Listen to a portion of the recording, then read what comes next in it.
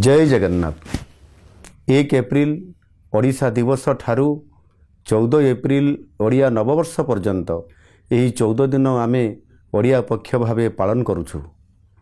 एही पक्षर प्रत्येक मुहूर्त सबु ओडियांक पई स्वाभिमान संस्कृति परंपरा और अस्मिता को नहीं प्रेरणार समय हेउ।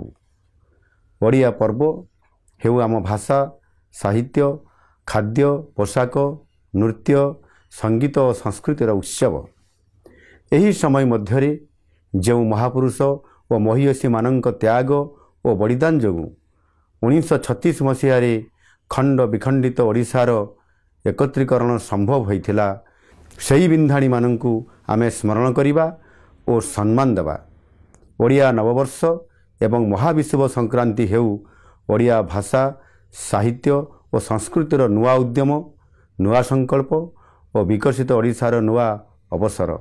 आसंतु मन प्राण हृदय रे ओडिया हवा।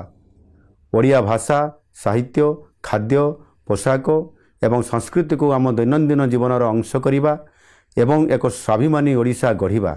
आसंतु उत्साह सहित गाँ सहर और प्रत्येक घरे 1 एप्रिल रु 14 एप्रिल जाए ओडिया पक्ष पालन करिबा।